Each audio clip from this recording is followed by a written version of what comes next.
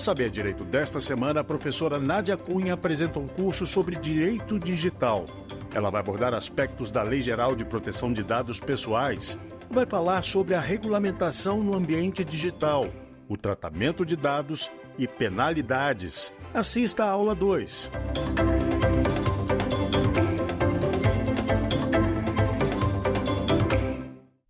Olá, bem-vindos a mais uma aula do Saber Direito, um programa da TV Justiça. Meu nome é Nádia Cunha, eu sou advogada, sou professora de Direito Digital e Proteção de Dados, atuo na implementação de proteção de dados em empresas, palestro sobre isso e dou aulas também em alguns outros cursos sobre o tema, tanto o direito digital no seu sentido mais amplo, mas especificamente em relação à Lei Geral de Proteção de Dados. Então, é um prazer estar aqui, falar com vocês e espero que mais uma vez a gente aproveite bastante essa aula com os temas que eu trouxe para a gente discutir hoje aqui.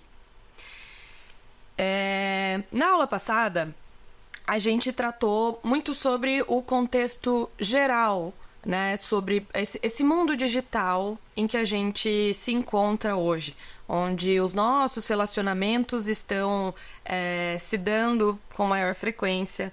A gente passou por um contexto histórico, desde lá de trás, do começo da nossa digitalização, né, da nossa mudança de comportamento para o digital, até os dias de hoje, com um fato acelerador aí muito importante, que foi 2 fatos principais, né? O primeiro, o advento da internet e depois o advento da pandemia, né? Que acelerou a nossa migração do mundo físico para o digital. A gente foi obrigado, né, a ficar em casa e todas as nossas necessidades tiveram que ser adaptadas para que a gente pudesse continuar a nossa vida, as nossas relações, mas no ambiente virtual, já que a gente não podia estar presentes uns com os outros, né? Falamos também sobre o quanto isso impactou na própria justiça. Falamos também sobre a cidadania digital, né? O conceito dessa cidadania digital, dos direitos do Estado em prover os meios necessários para que todo mundo tenha acesso à internet e possa valer dos seus direitos nesse ambiente digital também. Porque não adianta o mundo estar digitalizado, né, e ter facilitado muito a nossa vida se a gente está sem acesso, se não é toda a população que tem acesso a esse ambiente digital. Então, é muito importante e é uma matéria de Estado essa questão, tanto que a gente tem PECs, né, e projetos de emendas à Constituição que trazem a necessidade da cidadania digital ser um direito constitucional garantido ao cidadão para justamente usufruir desse novo mundo digital. E aí trouxemos também algumas questões sobre a justiça digital, sobre como hoje os tribunais se adaptaram a isso e quais são os nossos novos mecanismos, de como isso também apoiou muito, né, uma evolução aí do dia a dia do advogado, de um juiz, de um promotor, enfim, de todos os envolvidos, todos os agentes do direito, né, e como isso vem facilitando e como isso também requereu, né, uma adaptação do direito, uma evolução do direito para regulamentar todas essas situações. E, por fim, a gente tratou sobre o nosso dever também como cidadãos de utilizar desse ambiente digital de forma ética, de forma correta, de forma responsável, porque a partir do momento que eu tenho acesso a uma ferramenta tão poderosa como é a internet, a repercussão disso se estende, né? Tem uma proporção muito maior, e por isso a minha responsabilidade em me utilizar dessas novas tecnologias também tem que ser maior. E então, acho que de um contexto geral foi essa questão, o mundo digital está aí, o Estado tem uma obrigação de fornecer acesso a todos para que estejam incluídos nessa nova realidade, e nós, enquanto cidadãos, temos que ter responsabilidade na utilização desses novos meios e dessa nossa nova forma de se relacionar. E chegamos então à nossa segunda aula, e hoje a gente vai falar um pouquinho sobre a responsabilidade civil mesmo dentro do ambiente digital, como que a gente trata a neutralidade da rede, que é um tema também super importante e necessário, né? Um princípio necessário para que a gente tenha acesso a esse ambiente digital. E alguns termos e legislações específicos que são aplicáveis ao mundo digital, tá bom? Então, fiquem aqui comigo e a gente vai tratar tudo isso para que, ao final, a gente possa adentrar, nas próximas aulas, na Lei Geral de Proteção de Dados, que é um dos grandes marcos também dessa nossa digitalização, né? Desse nosso ingresso ao mundo digital. E aí, nas próximas aulas, eu vou trazer isso para vocês também. Bom, e o que é a neutralidade da rede, que tanto se fala e que foi, inclusive, trazida pelo Marco Civil da Internet? Esse conceito, esse princípio foi incluído no Marco Civil da Internet, lá em 2014, e no seu artigo 3º, que trata sobre o conceito da neutralidade de rede, que é o princípio que determina que todos sejam tratados com igualdade, sem que haja nenhum benefício para uns e não para outros na hora de navegar, né? Não pode haver nenhuma limitação nesse nosso acesso para clientes específicos. Então, a Nádia tem que ter acesso a todos os dados, aos mesmos dados que qualquer outra pessoa também tenha, né? Os provedores de internet não podem limitar o acesso para um indivíduo ou para outro indivíduo, e fazendo com que cada um acesse coisas diferentes, né? E não consigam acessar o que o outro está acessando. A gente tem que lembrar, sempre quando falar de neutralidade de rede, que a liberdade de navegação dos usuários da internet, ela não pode ser restringida de nenhuma forma, tá? E então eu tenho que ter esse tráfego na internet associado à minha liberdade de poder pesquisar aquilo e de acessar aquilo que eu estou buscando, sem qualquer tipo de discriminação. E aí a gente pode trazer alguns exemplos, né, disso, e de como deixar mais clara essa questão da neutralidade da rede. Vamos pensar que a maioria dos nossos provedores de internet são grandes operadoras, né, de telefonia. E essas operadoras, elas têm alguns outros produtos também, né? Elas têm TVs, elas têm alguns outros tipos de canais da internet, enfim, aplicações, né? E se a gente não tiver a neutralidade da rede como base, ela pode, por exemplo, fazer com que quem tenha os planos ali de dados dela só tenham acesso àquelas aplicações, àqueles produtos que ela mesma disponibiliza. Então, eu não libero para você, com seu pacote de dados, acessos a outros streamings, por exemplo, de vídeos, que não aqueles que eu mesmo financio, que eu mesmo controlo, que eu mesmo... que a operadora mesmo se beneficia, né?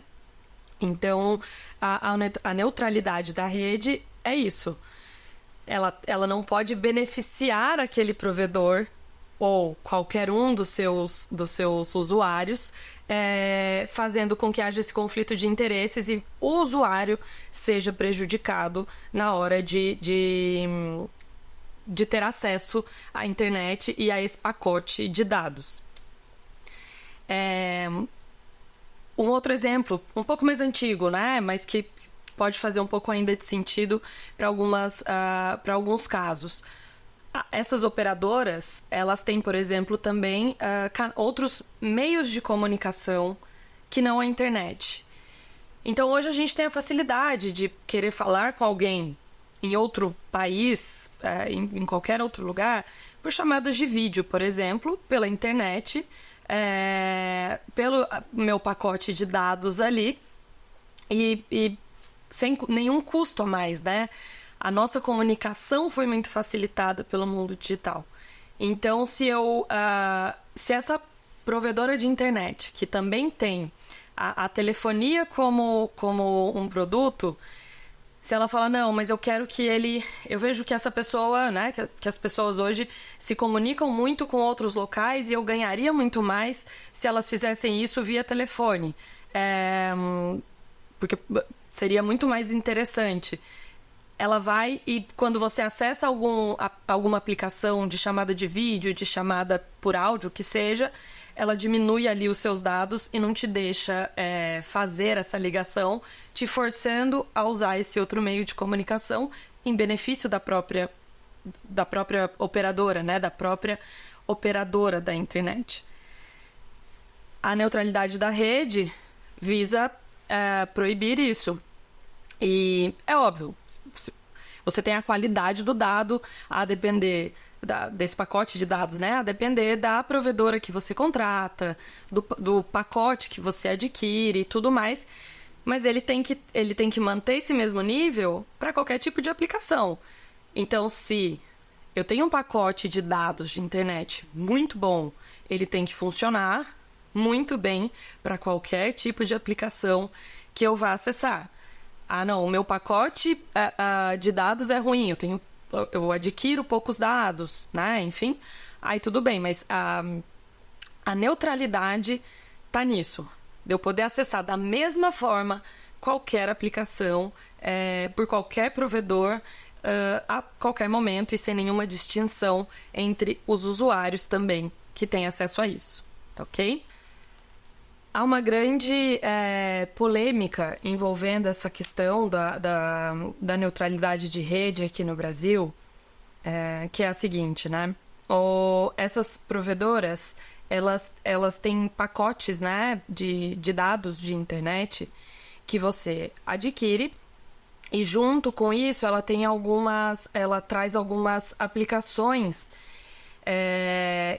como benefícios que, se você acessa aquelas aplicações, você não desconta, não cai a utilização dos dados do seu pacote, né? Então, muito se discute se isso não estaria ferindo a neutralidade da rede, porque o usuário, ao utilizar aquelas aplicações que estão dentro desse plano contratado, vai optar por utilizá-las, né? E não alguma outra aplicação que traria o mesmo serviço. E aí a gente tem algumas defesas aí em relação a isso, de quem defenda ou não defenda, que isso fere ou não o princípio da neutralidade da rede. E a gente tem, de um ponto de vista de uma visão majoritária, né, de uma posição majoritária, de que não infringiria a neutralidade, o princípio da neutralidade da rede, porque você está tratando de parcerias comerciais e de um benefício também para o usuário. Ele não está sendo limitado a utilizar qualquer outro, né? Ele está adquirindo, né? Ele está pagando por aquilo e vai utilizar aquelas aplicações que melhor se adequam ali ao seu dia a dia, de modo que não consuma tanto os dados do seu pacote. Então, isso estaria ok e não seria considerado um ferimento ao princípio da neutralidade da rede, tá?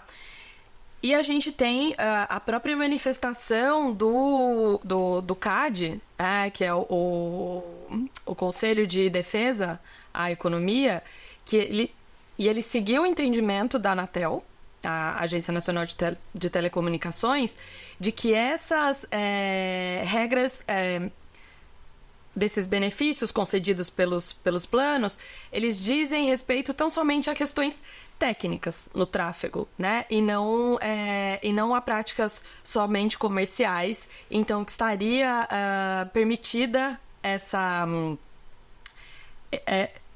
aquisição esse oferecimento, na verdade, né, para aquisição dos usuários com esses benefícios de acesso a determinadas aplicações, tá? Então, hoje o entendimento é de que não há nesse tipo de prática das provedoras de internet de vender esses pacotes com aplicações que ao você utilizar não tem esse desconto do seu pacote de dados, tá bom? E, como tudo, a gente tem, é claro, algumas exceções, né, a esse princípio da neutralidade. Essas exceções também estão previstas no Marco Civil da internet. E elas dizem respeito, vou até ler aqui para vocês o artigo para a gente fechar esse assunto de uma forma bem específica. O artigo 9º do Marco Civil da Internet traz sobre a neutralidade da rede. Então, a gente vai repassar esse artigo aqui para que a gente fixe bem esse assunto e vai tratar em conjunto a questão das exceções, tá? O artigo 9º fala que o responsável pela transmissão, comutação ou roteamento tem o dever de tratar de forma isonômica quaisquer pacotes de dados, sem distinção por conteúdo, origem, destino, serviço, terminal ou aplicação. E aí, no parágrafo 1º, ele vem tratando dessas exceções. A discriminação ou degradação do tráfego será regulamentada nos termos das atribuições privativas do Presidente da República para a fiel execução desta lei, ouvido o Comitê Gestor de Internet e a Agência Nacional de Telecomunicações, e somente poderá decorrer de 1. Requisitos técnicos indispensáveis à prestação adequada aos serviços e aplicações, e 2, a priorização de serviços de emergência. Esses requisitos técnicos indispensáveis à prestação adequada dos serviços e aplicações, a gente pode ter como exemplo, por exemplo, um tráfego muito grande naquele momento, que pode, inclusive, indicar algum tipo de ataque, né, cibernético, enfim, e que a operadora tem, por questões de segurança, baixar a qualidade dos dados ali para evitar qualquer dano. Então, nesses casos, por exemplo, seria possível a não observância da neutralidade da rede, porque é uma questão técnica, uma questão de segurança, e aí ele estaria autorizado, né, aquele provedor estaria autorizado a fazer essa diferenciação em relação ao fornecimento aí dos dados ao usuário, tá? E o inciso 2, que fala da priorização dos serviços de emergência, ainda até hoje, né, um pouco discutido ao que ele se encaixaria, porque fica um conceito muito amplo. A lei não trouxe uma definição específica do que seriam esses serviços de emergência, mas a gente pode citar alguns exemplos como aviso de catástrofes, né? A gente não é muito comum no Brasil, por exemplo, um furacão, mas um desmoronamento, por exemplo, né, que a gente vê recentemente de algumas questões que pode acontecer em algumas barragens, né? E aí o provedor é obrigado a avisar aquela população que está em determinada região sobre essa situação de emergência. Então, vai haver aí uma discriminação, não é todo mundo que vai ter acesso a isso, mas não seria uma violação essa questão de quando a neutralidade não é observada por uma questão de emergência, tá? Então, tendo esse panorama do que seria a neutralidade da rede e tudo mais, a gente passa para alguns outros assuntos agora que vão estar um pouco conexos e vão sempre trazer à tona essa questão da neutralidade, mas de situações muito presentes no nosso dia a dia e que a gente se utiliza para a gente entender o nível de responsabilidade não só do provedor, mas também de nós enquanto usuários da internet, tá bom? E para começar, eu queria trazer muito sobre responsabilidade civil e redes sociais, porque eu acho que é onde a maioria da população, né, está inserida.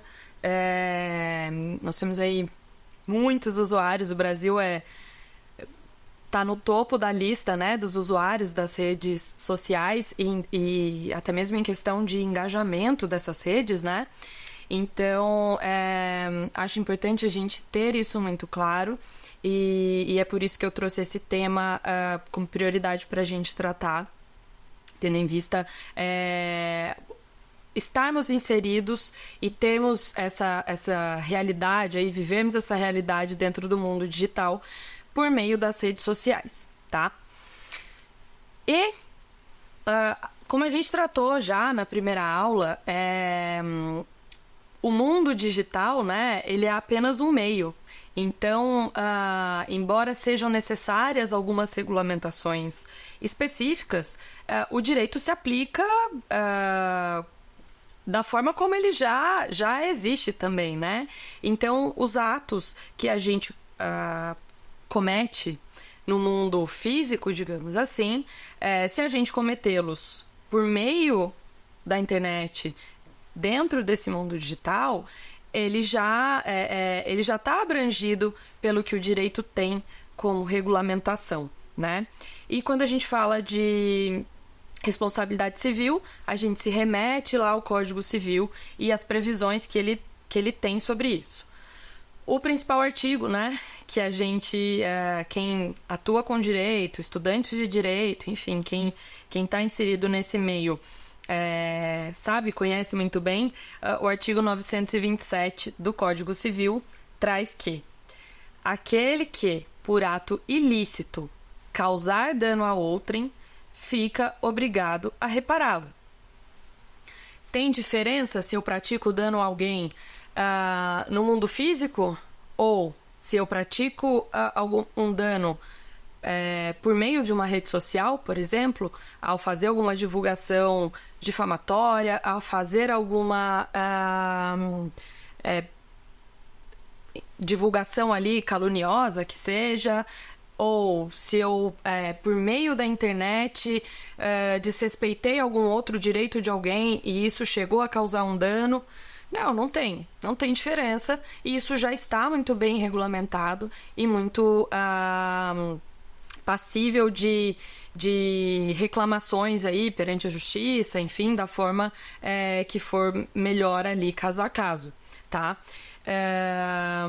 O dano, né? O que seria esse dano? O que a nossa legislação traz do que seria esse dano? Também regulamentado já pelo Código Civil, pelo artigo 186, que fala que aquele que, por ação ou omissão voluntária, negligência ou imprudência, violar direito e causar dano a outrem, ainda que exclusivamente moral, comete ato ilícito, tá? Então, não é só o dano material, não é só eu ter causado algum dano material. Nas redes sociais, a gente vê hoje em dia o dano moral sendo muito mais realizável ali, né? Porque a gente tem a impressão de que as pessoas acham que elas estão num ambiente onde não existe regulamentação e que elas podem falar o que elas quiserem, da forma que elas quiserem, sem se responsabilizar por aquilo. Aqui a gente volta um pouco do que a gente falou do termo de cidadão digital, né, na primeira aula. Nós também temos a responsabilidade na utilização dos meios que nos levam ao mundo digital. Aqui a gente está falando de uma rede social. E com muito mais cuidado, porque com a internet a gente tem uma proporção muito maior. Então, um dano moral, por exemplo, o que você cometeria talvez no mundo físico, né, sem estar no ambiente digital, ele seria muito menor do que você falar ali naquela rede social devido à proporção. Então, o dever, a indenização em relação a esse dano também vai ser muito maior e proporcional a esse alcance. As pessoas precisam tomar cuidado com isso e saber que sim, nós já temos, e vamos ver um pouquinho à frente, que algumas adaptações e atualizações foram necessárias, mas a responsabilidade civil, ela é plenamente aplicável ao mundo digital desde sempre, sem necessidade de... Não houve necessidade de uma regulamentação nesse sentido amplo, né? Se você comete algum ato ilícito, né, que é esse capaz de gerar dano a alguém, ainda que exclusivamente moral, você tem a obrigação de reparação. E isso não é diferente nas redes sociais, tá bom?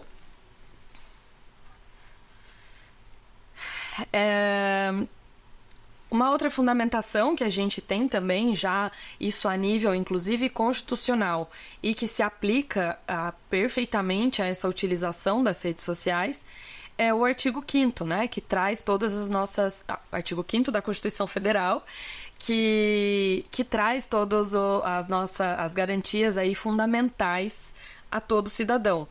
E ele traz lá no seu inciso 10... a questão da inviolabilidade da intimidade, a vida privada, a honra, a imagem das pessoas, assegurado o direito de indenização pelo dano material ou moral decorrente da sua violação.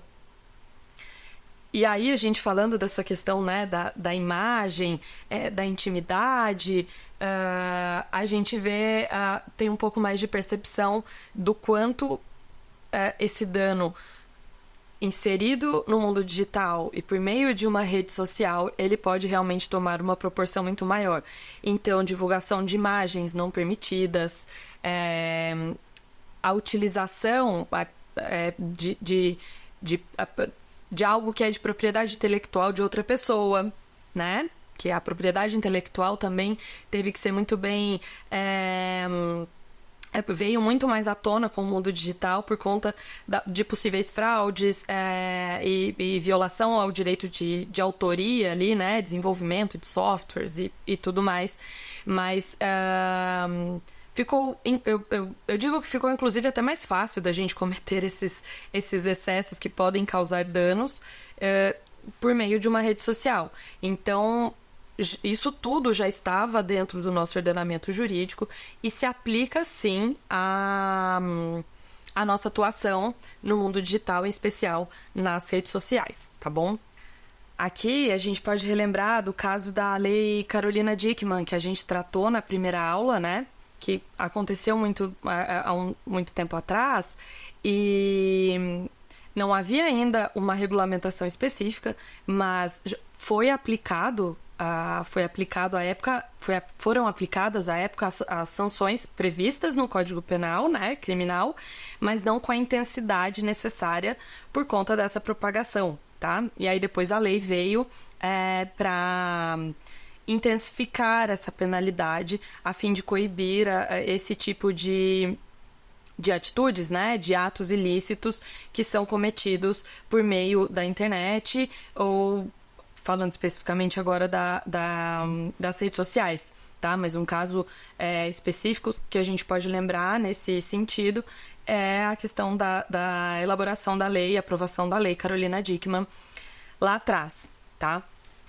E aí a gente tem o artigo 7º do Marco Civil da Internet, né, que veio nesse sentido de atualizar aí as previsões, né, que a gente tem sobre o cometimento de ato ilícito no mundo digital. E o artigo 7º trata do seguinte, vamos lá. O acesso à internet é essencial ao exercício da cidadania e ao usuário são assegurados os seguintes direitos. 1. Inviolabilidade da intimidade e da vida privada, sua proteção e indenização pelo dano material ou moral decorrente da sua violação, que é o que a gente já viu, que também está embasado lá na Constituição Federal. 2. Inviolabilidade e sigilo do fluxo das suas comunicações pela internet, salvo por ordem judicial, né? A gente sabe que sempre tem essas exceções. A inviolabilidade e sigilo das suas comunicações privadas armazenadas, salvo por ordem judicial. Não suspensão da conexão à internet, salvo por débito diretamente decorrente da sua utilização. A manutenção da qualidade contratada da conexão à internet. A gente aqui liga mais um ponto também com a neutralidade da rede que a gente falou, né, agora há pouco. Informações claras, completas, constantes dos contratos de prestação de serviços, com detalhamento sobre o regime de proteção desses registros, em relação aos registros de acessos e aplicações de internet, bem como sobre práticas de gerenciamento de rede que possam afetar sua qualidade. Então, isso também precisa estar muito bem claro para o usuário, né? E o não fornecimento a terceiros de seus dados pessoais, inclusive registros de conexão e de acesso à aplicação de internet, salvo mediante consentimento livre, expresso e informado, ou nas hipóteses previstas em lei. Aqui vale lembrar que o Marco Civil da Internet, ele é do ano de 2014, e a gente tem, em 2018, o advento da Lei Geral de Proteção de Dados, que vem muito cumprir com essa garantia aqui prevista no Marco Civil, detalhando como essa proteção deve ser realizada e trazendo ainda mais segurança ao usuário em relação à proteção de dados pessoais, ok? E isso a gente vai ver nas próximas aulas, tá? E tipificando um pouco, né, trazendo exemplos de alguns atos ilícitos que podem ser cometidos nas redes sociais, a gente tem a questão dos perfis fakes, né? Muita gente adora fazer um perfil fake para, não sei, não gosta de se expor, quer fazer um comentário, quer publicar alguma coisa e não quer fazer isso por meio do seu próprio perfil, né?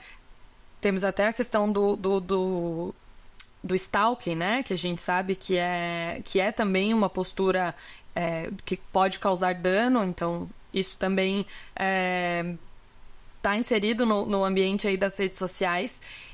E aqui vale lembrar a questão da responsabilidade, que não é porque você está com um perfil fake que você vai se isentar de qualquer responsabilidade. Você vai responder, inclusive, por aquela criação falsa, né?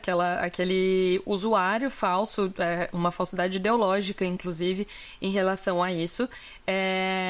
Claro, com uma dificuldade aí maior de identificação de quem é esse responsável, mas sabemos também que com as tecnologias hoje a gente consegue muitas vezes chegar de onde de onde partiu esse perfil fake, quem seria o responsável. Então, isso é uma prática muito comum e é uma violação até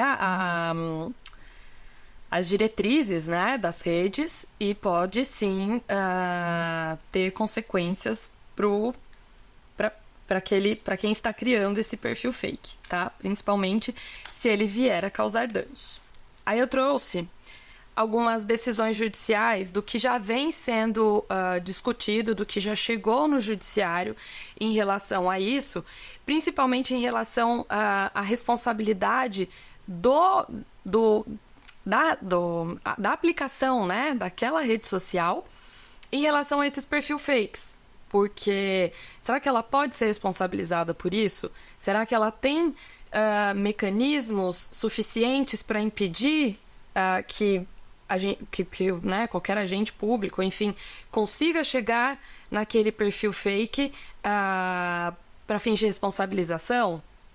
Se ela tem esses meios de identificação, será que ela também não é responsável por isso? Então, né, se esse perfil vier a causar algum tipo de dano ali dentro da rede social. Então, vamos ver um pouquinho dessas decisões e discorrer um pouquinho mais sobre isso. A primeira que eu trouxe aqui fala o seguinte. E se tratando de ação cautelar, a hipótese não se confunde com condenação do provedor de hospedagem ou acesso pelo conteúdo irregular. O que há é a provocação do Poder Judiciário para, diante da alegada irregularidade, obter-se decisão fundamentada que autorize a quebra da relação de confidencialidade e privacidade que rege a relação entre o provedor e o usuário final, né? Porque a gente tem como regra essa confidencialidade, esse sigilo, né? As aplicações, as redes sociais, elas não podem divulgar os seus dados. Mas se houver ali alguma violação, algum direito de um terceiro, isso pode ser quebrado por uma decisão judicial, e aí a rede social é obrigada a fornecer esses dados. E aí segue. O artigo 19 da Lei Federal, que é o Marco Civil da Internet, 12.965 de 2014, é claro ao dispor que o provedor de aplicações de internet somente poderá ser responsabilizado civilmente por danos decorrentes de conteúdo gerado por terceiros se, após ordem judicial específica, não tomar as providências para, no âmbito e nos limites técnicos do seu serviço e dentro do prazo assinalado, tornar indisponível ou apresentar as informações sobre o usuário e o conteúdo apontado como infringente. Então, a princípio, a gente tem que o entendimento é que tanto o provedor quanto os proprietários ali daquelas aplicações, né, e dessas redes sociais, que a gente está falando aqui de rede social, eles não são responsáveis pelos conteúdos e pelos danos que aquilo pode causar. Mas eles têm condições de fornecer informações para se chegar ao responsável. E se eles têm essa condição e eles são instados a disponibilizá-las e não fazem, aí sim pode começar a se falar em uma responsabilização por um descumprimento de uma ordem judicial, por exemplo. E aí ele não, e aí ele também se responsabilizaria por aquela pelo não fornecimento dessas informações, tá? Então, a princípio, a gente tem que a responsabilidade é do próprio usuário, que aceita todas as políticas dessas redes sociais, que tem ali uma série de dados que precisa fornecer, mas aí ele acaba omitindo ou informando dados equivocados, né? Para não ser encontrados, para não ser encontrado. Mas é também do provedor ou dessas empresas, desses aplicativos e dessas redes sociais, se intimados a prestarem essas informações e tudo que eles têm para contribuir com essa averiguação, né, para a localização desse usuário, eles não fizerem, tá bom?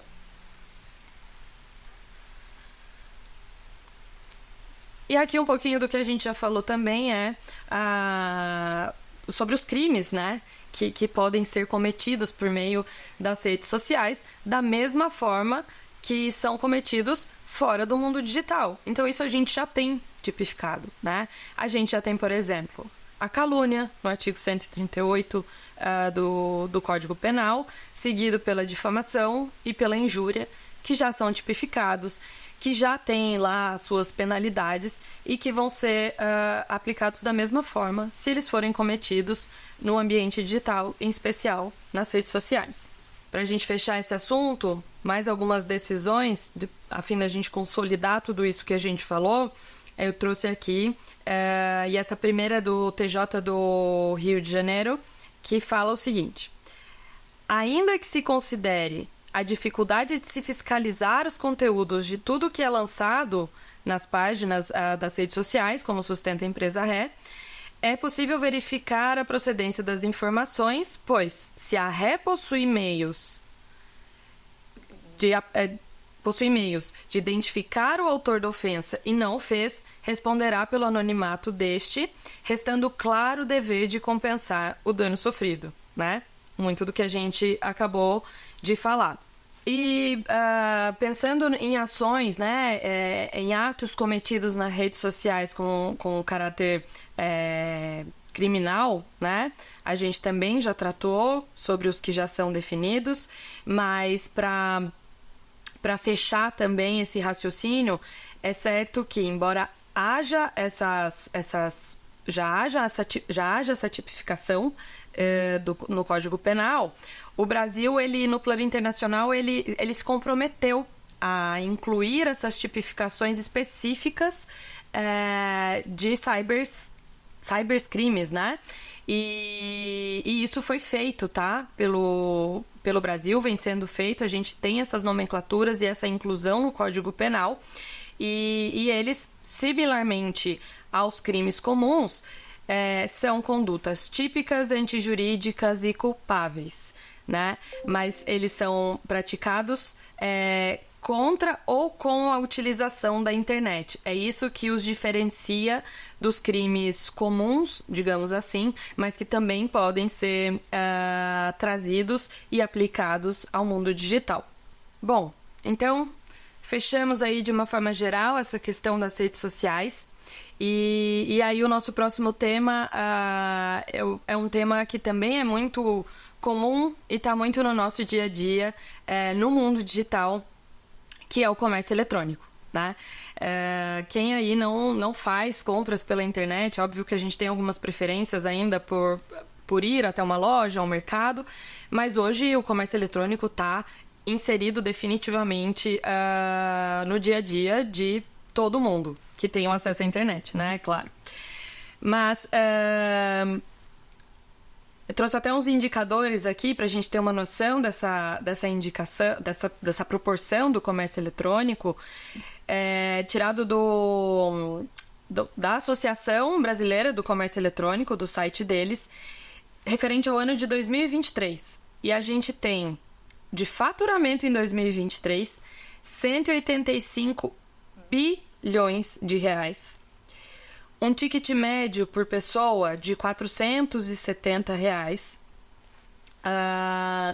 Em pedidos, os números são de 395 milhões de pedidos. E a gente tem aí um número próximo de 88 milhões de compradores. Esses números são do ano de 2023. Ele vem numa crescente, né? A gente teve aí o boom da pandemia, mas ele se manteve mesmo após a gente ter passado por esse período, e as perspectivas para os números de 2024 também são de crescimento. Então, é algo que realmente está no nosso dia a dia, tá? E aí, como que eu regulamento essa questão do comércio eletrônico? A gente tem o Código de Defesa do Consumidor, uma legislação também já prevista, né, antes mesmo do advento da internet, e da mesma forma ela se aplica a esse nosso hábito, né, e essa nossa rotina aí de compras pela internet. Então, em termos de fornecedor e consumidor, aquisição de produtos ou serviços, a gente tem amparo no Código de Defesa do Consumidor para resolver qualquer conflito que venha acontecer nesse ambiente digital. É óbvio que foram necessárias também algumas adaptações para essa mudança do comportamento para o mundo digital. Mas ele se aplica e hoje já está atualizado. E aí a gente tem uma das questões que foram inseridas foi a questão do direito de arrependimento, né?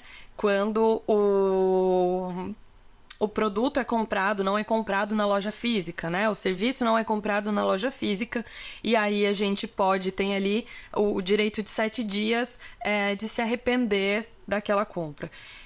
Isso porque eu posso comprar na internet alguma coisa que tem lá, né? Que tem todas as medidas, que tem todas as questões, cores, que inclusive também é uma obrigação legal, né? Todas aquelas definições que a gente vê no anúncio de um produto, ela decorre legalmente de um decreto sobre o comércio eletrônico e também está previsto no Código de Defesa do Consumidor.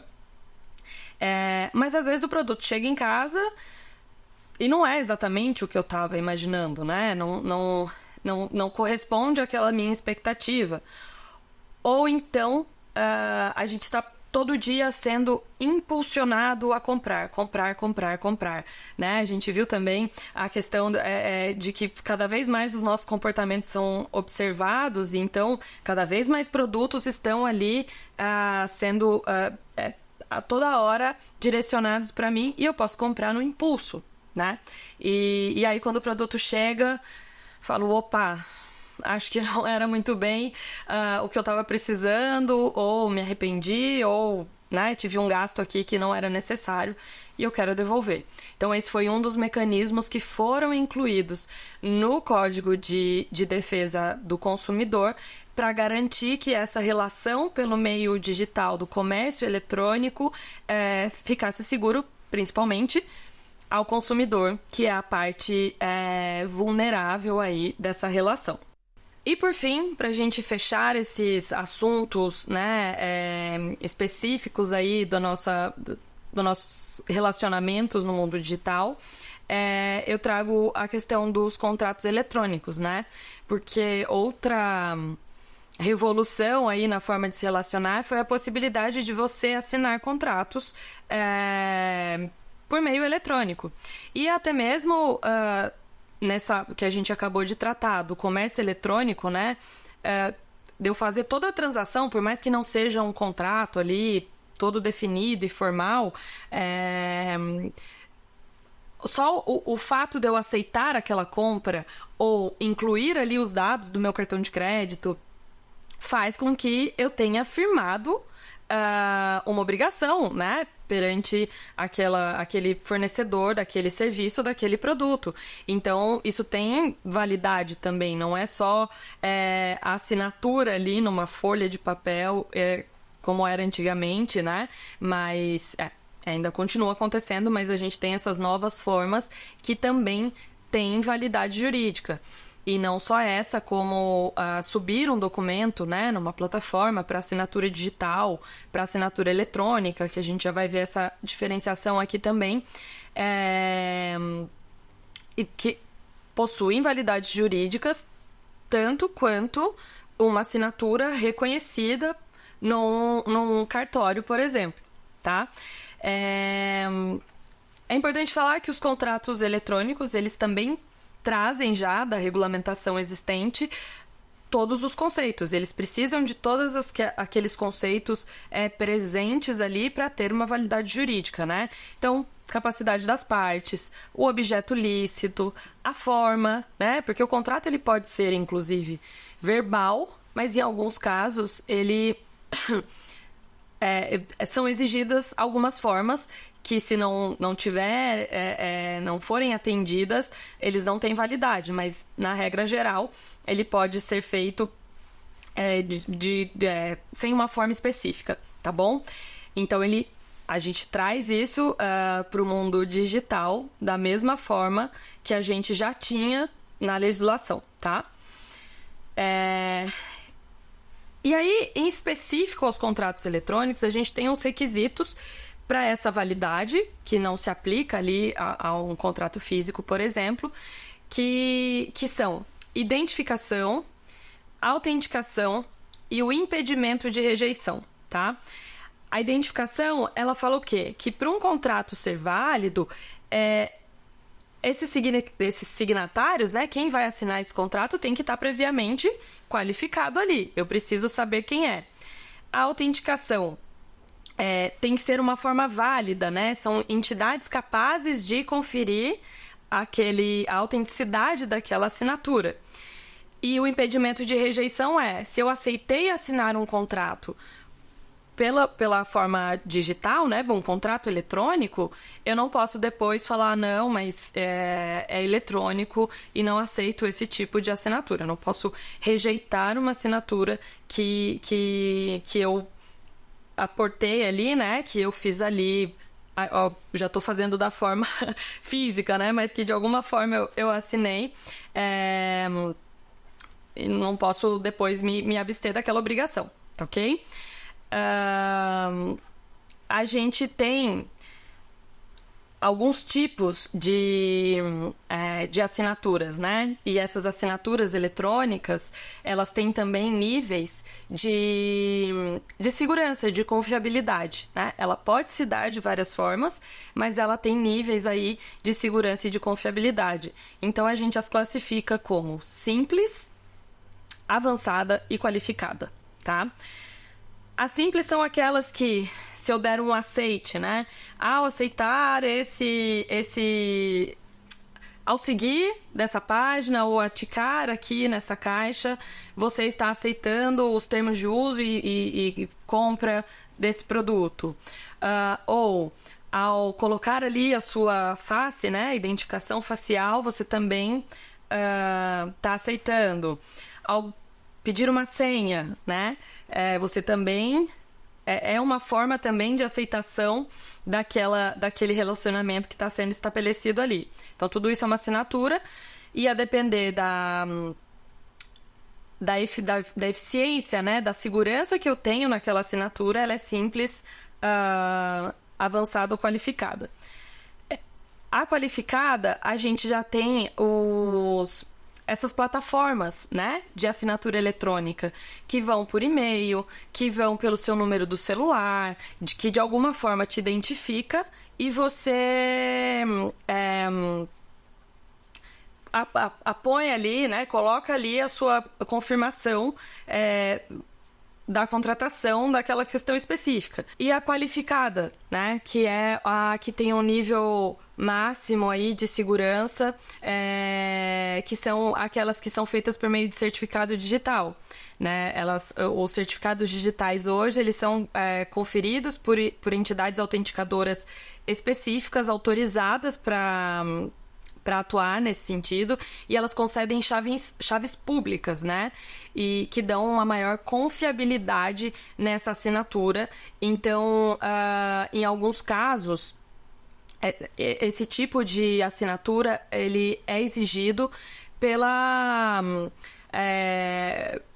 nível ali, né, de contratação, ou por uma exigência legal, inclusive, de que seja feita dessa forma, e é o tipo de assinatura mais segura que a gente tem hoje. Então, qualquer questão importante que a gente vá tratar, e principalmente perante órgãos públicos, hoje a gente precisa fazer com essa assinatura, com certificado digital, e ele está acessível para todo mundo pelo GovBR, né, que a gente tem, a página do governo. Qualquer pessoa, você não precisa necessariamente comprar aquele certificado perante essas certificadoras, mas você, pela sua conta no GovBR, você segue lá uma série de requisitos para sua identificação e você que tem validade de um certificado digital na hora de assinar qualquer documento, tá?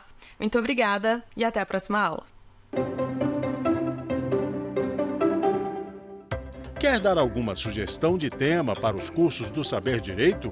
Então mande um e-mail para a gente, saberdireito@stf.jus.br. Você também pode estudar pela internet. Acesse o nosso site radioetvjustiça.jus.br. Ou pode rever as aulas no canal do YouTube, @Rádio e TV Justiça.